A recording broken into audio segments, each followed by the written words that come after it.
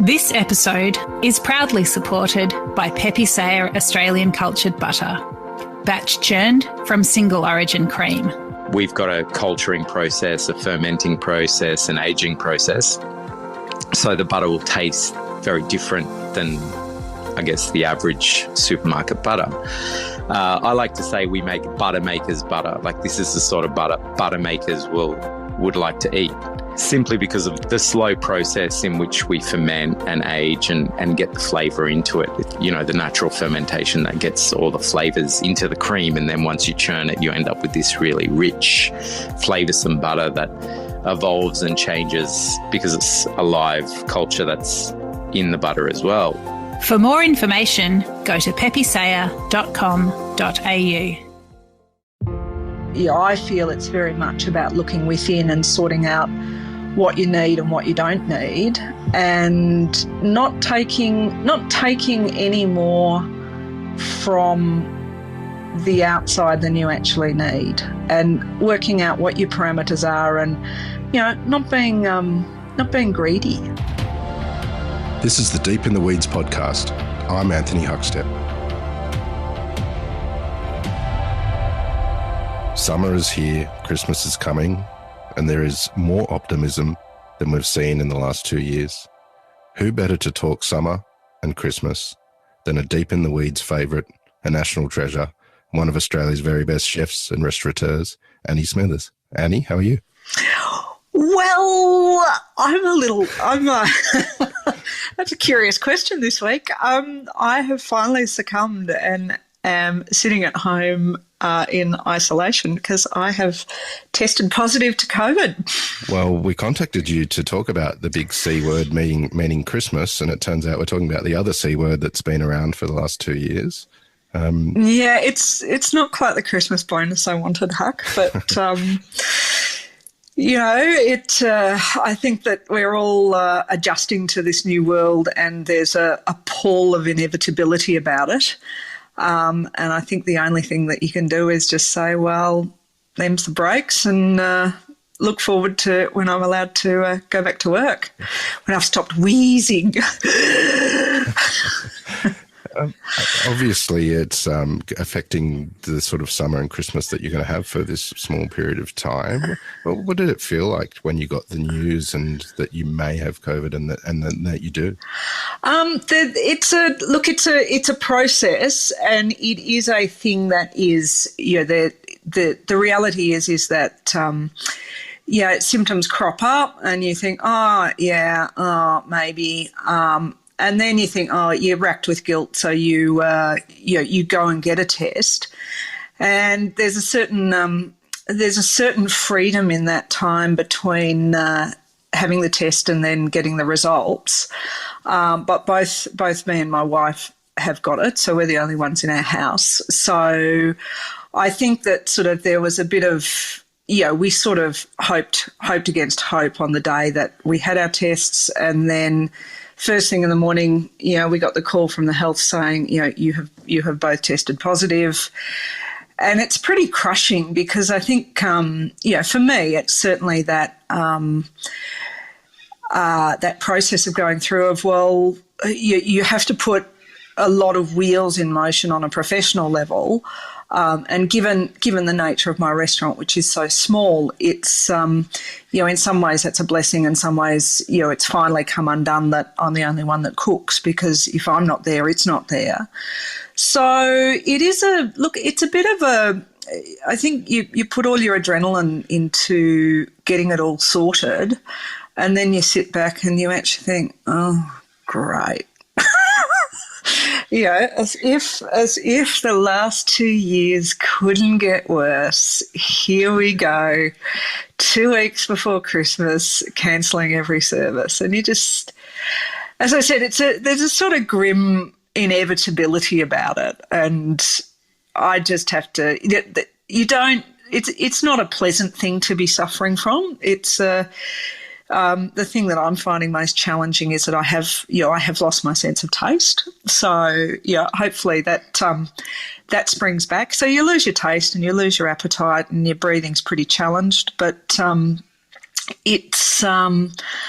think it's it's a look. I think you go through an existential crisis with it of sort of So yeah, but let's move on to more cheerful things than having COVID. Well, it is summer, although there's a lot of rain about it. It's hard to tell. But what does summer mean to you in regards to, your garden and food?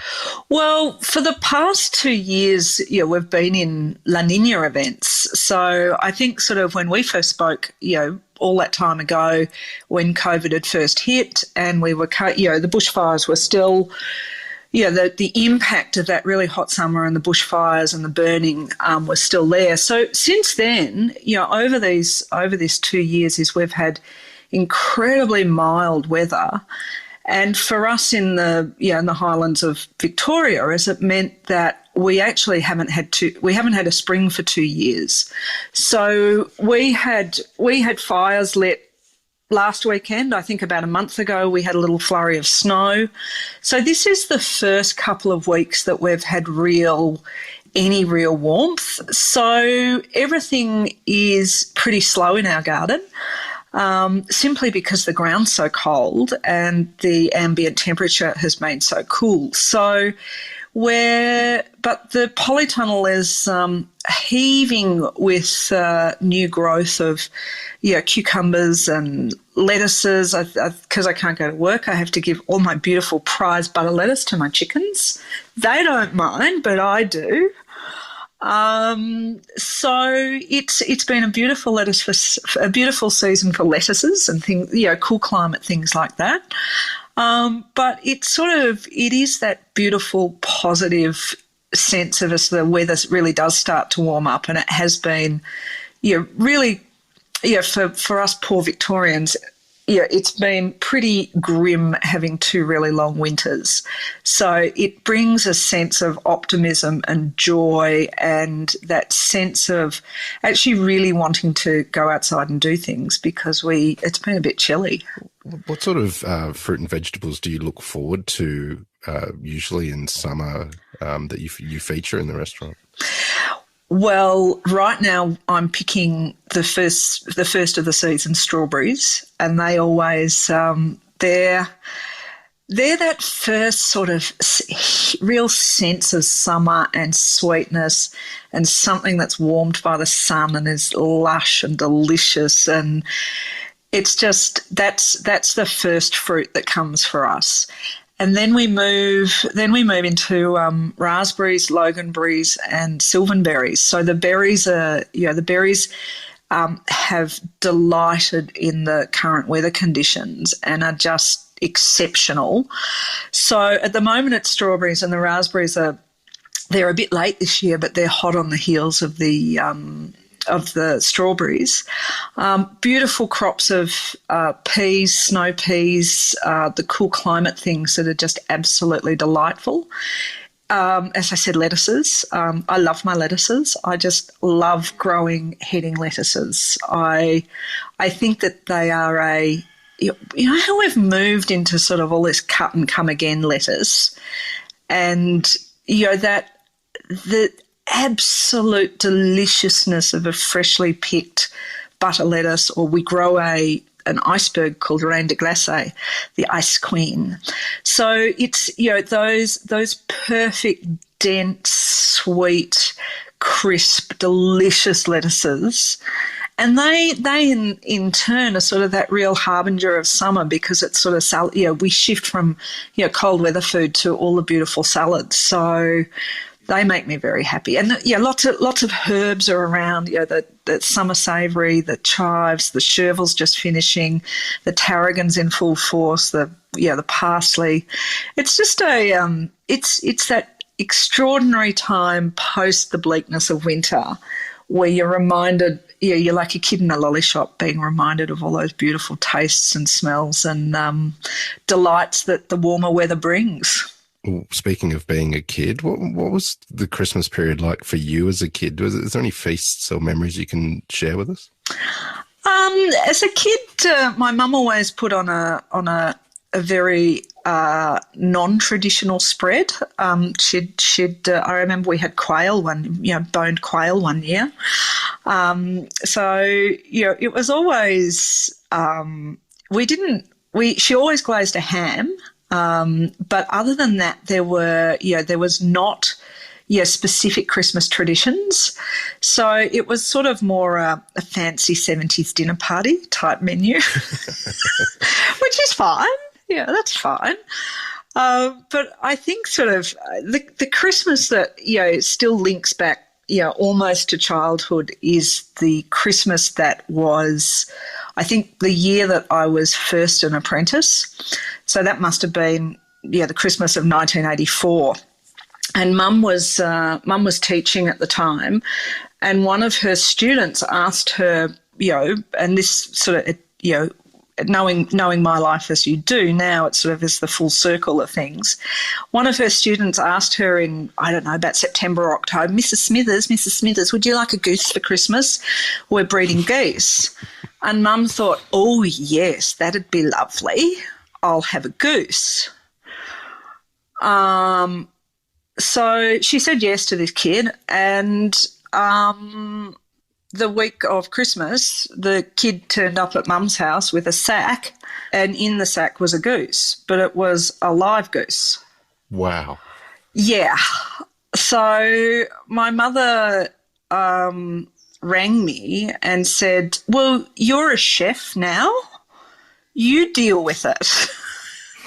I was 18 and pretty green. I think perhaps I was probably a bit full of myself if she thought that was my capabilities.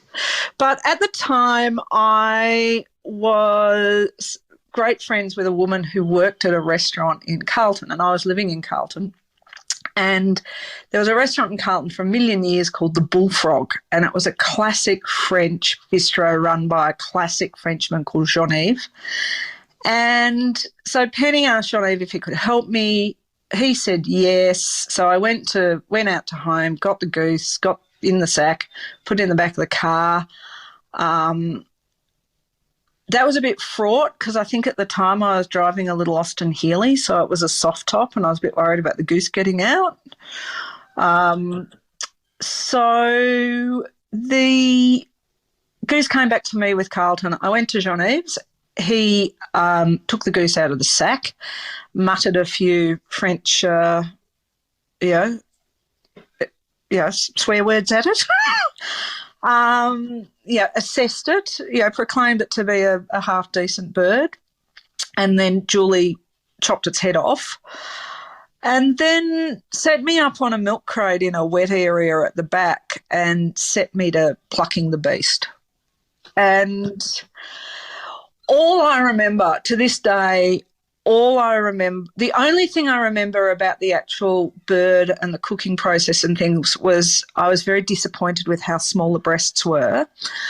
But all I really remember was the sea of white feathers it seemed to be an interminable process to actually pluck a goose.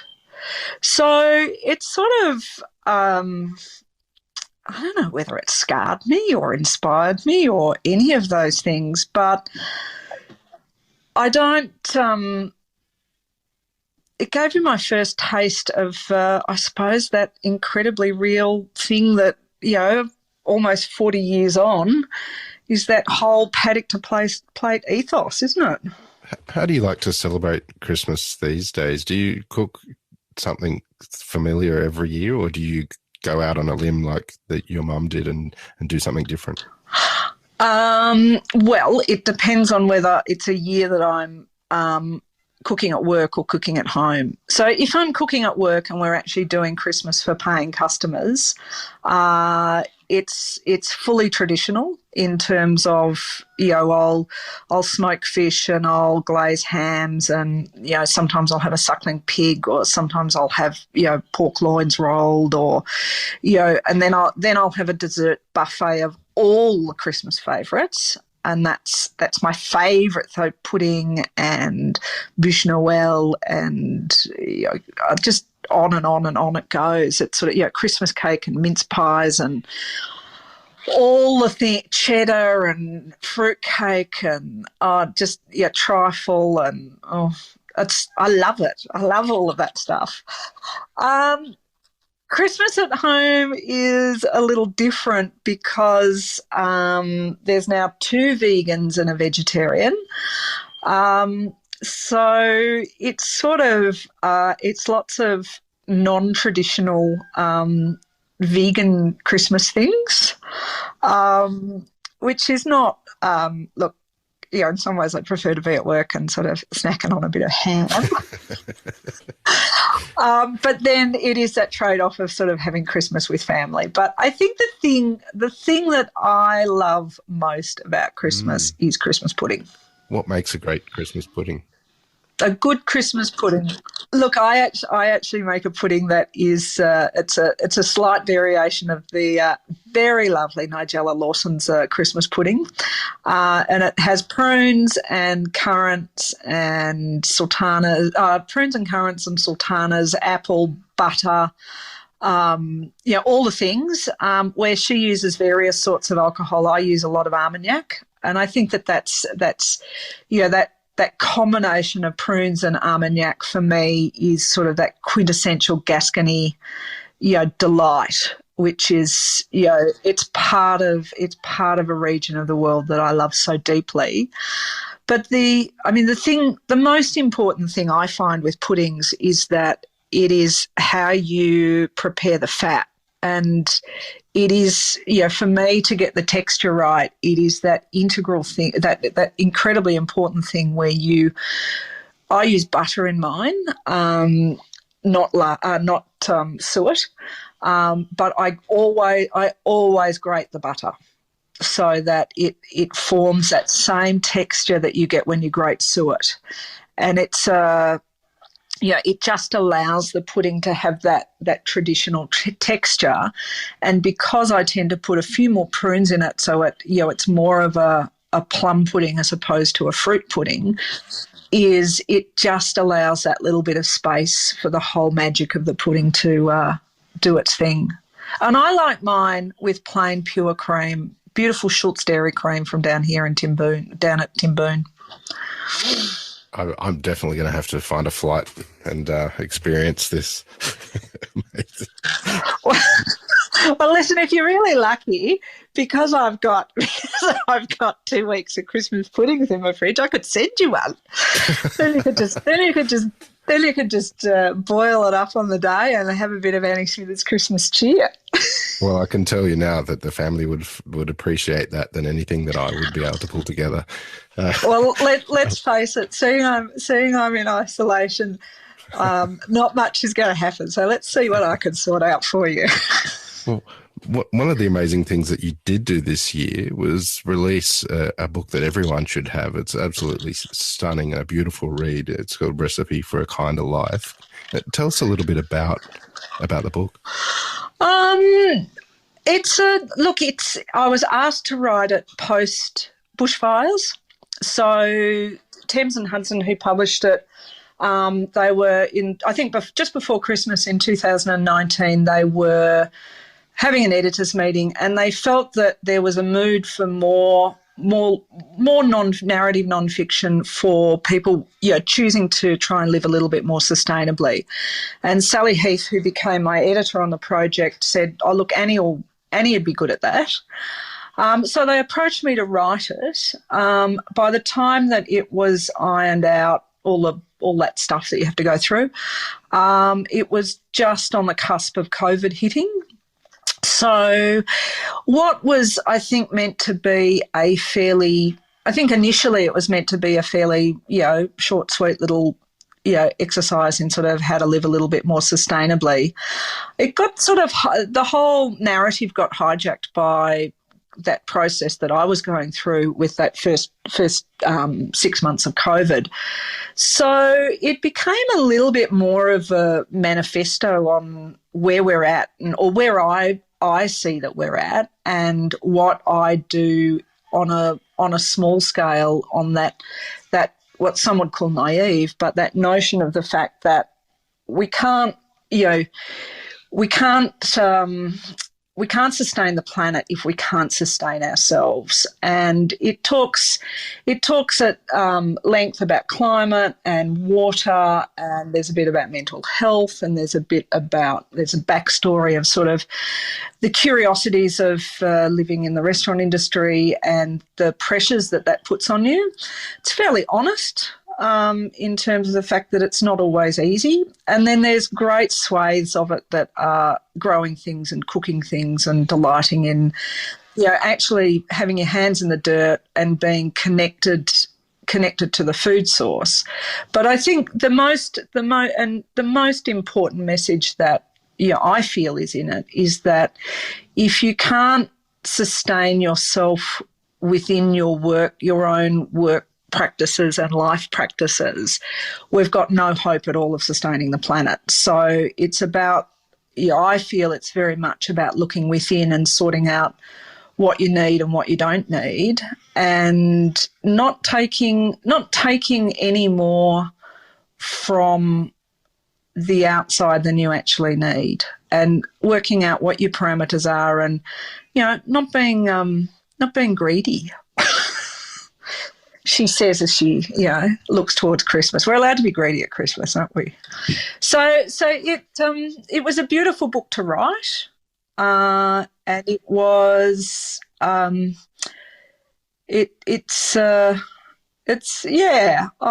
very proud of it, and in some ways I think thank God we had COVID, but it was a lovely thing to have as an exercise over that first sort of 6 to 9 months of COVID.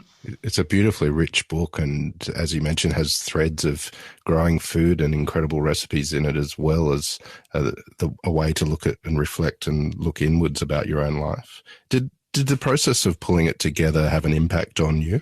In terms of whether there was a lot of navel gazing?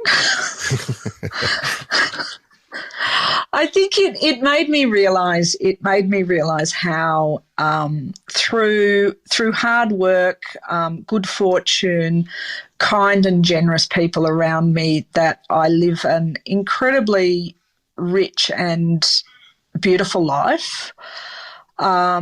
It's not without its difficulties and its curiosities and its things to cope with.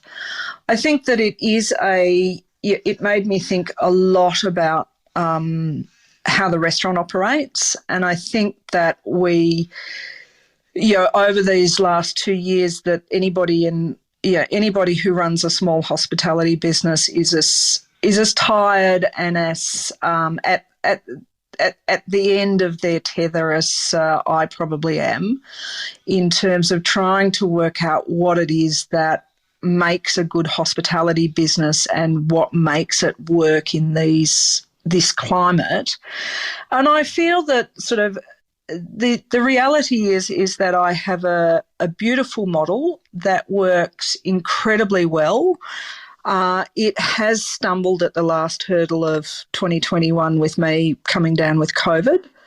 But regardless of that, I feel that the industry is shifting it's shifting incredibly quickly to people making a lot of decisions about how their restaurant or their bakery or their food store or whatever, how it can work for them better, because they understand now that if it doesn't work for the people who own and operate it, you're never going to be doing anything other than treading water. So it's almost as if this whole crisis has empowered a lot of us to actually say, nah, this is how I'm going to run my shop, and hopefully there'll be enough people who like the way that I run it to keep it viable and profitable. And those that don't like that model, they don't have to come. So there's been a freedom in these couple of years, and for me, I got to analyse it very, on a very close level by actually writing, Recipe for a Kinder Life. But I think a lot of us who do own, small businesses, small restaurant businesses and hospitality businesses, is we've come out, we've got to this point and we're pretty it's like if we were the blade of the knife, we're pretty honed right now. We know what makes a sharp edge. It's been a pretty traumatic and fascinating and revealing 2 years. What are you hoping for in 2022? Well, I'm hoping I don't have to shut the shop. It would be really nice to have a whole year of uninterrupted trading. My prediction is, as much as I hope that that's going to happen, I am not convinced that we won't have another tough winter. And that is, it's very much like, for me, it's very resonant of observing the seasons and the patterns of the seasons. And I spoke about the fact that this is our second La Niña event. So what I learnt from last year has come into play this year in terms of how I will sow stuff, what my sowing windows are, what I understand about the temperature of the dirt, the temperature of the air, how all of vegetables and fruits, work when the climate shifts for a year or 2 years or whatever. So running the restaurant is pretty much the same. I think that, I look at overseas right now and look at, that there is trouble in Europe, and it's the same pattern that we went through this time last year. So I feel that for this winter, there'll be a lot of planning for the worst case scenario, and we all live on the hope that and the positivity that it won't be the case. But I think, having weathered the last 2 years, it would be a fool's errand not to consider the worst case scenario again. And also I think that, the onus will very much be on the business owners this time round, because there'll be less government assistance and all of those sort of things. So it's about making plans and, being incredibly careful and aware of the fact that this is what can happen. And, if it doesn't, you've saved some money and you've put stuff aside and you've worked very diligently to be as careful as you can. And if it does happen, it takes away the stress and the horror of it all, because we've done it before and we'll do it again. If we have to do it again, I think a lot of us will have the capacity to see it through. And that in itself, I think, as it may sound negative and foreboding, but I think, in recognising the problem, at least we're aware of it now and we know what we have to do. And that's a so much stronger point to start from than anything that we've weathered in the past 2 years. I know the circumstances at the moment are not ideal. You've got COVID and it's affected the operations of the restaurant significantly. Do you have any plans for this little period now that you can't open the restaurant? Well, COVID makes you very tired. So because no one can come here, I have my beautiful routines in the morning of, letting all the animals out, letting all the animals in, feeding things, setting up sprinklers. I'm heading off to pick strawberries after I finish speaking to you.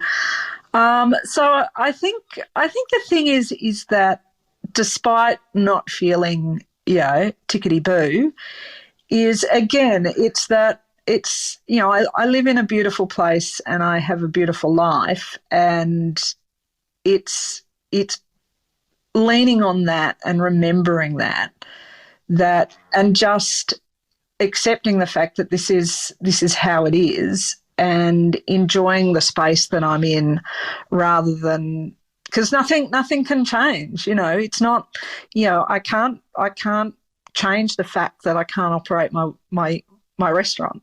It doesn't, worrying about it isn't going to change the fact that it's closed again. So I just have to get on and, be positive and, wheeze my way through all the chores I have to do. Well, Annie, it's an absolute pleasure, as always, to catch up with you.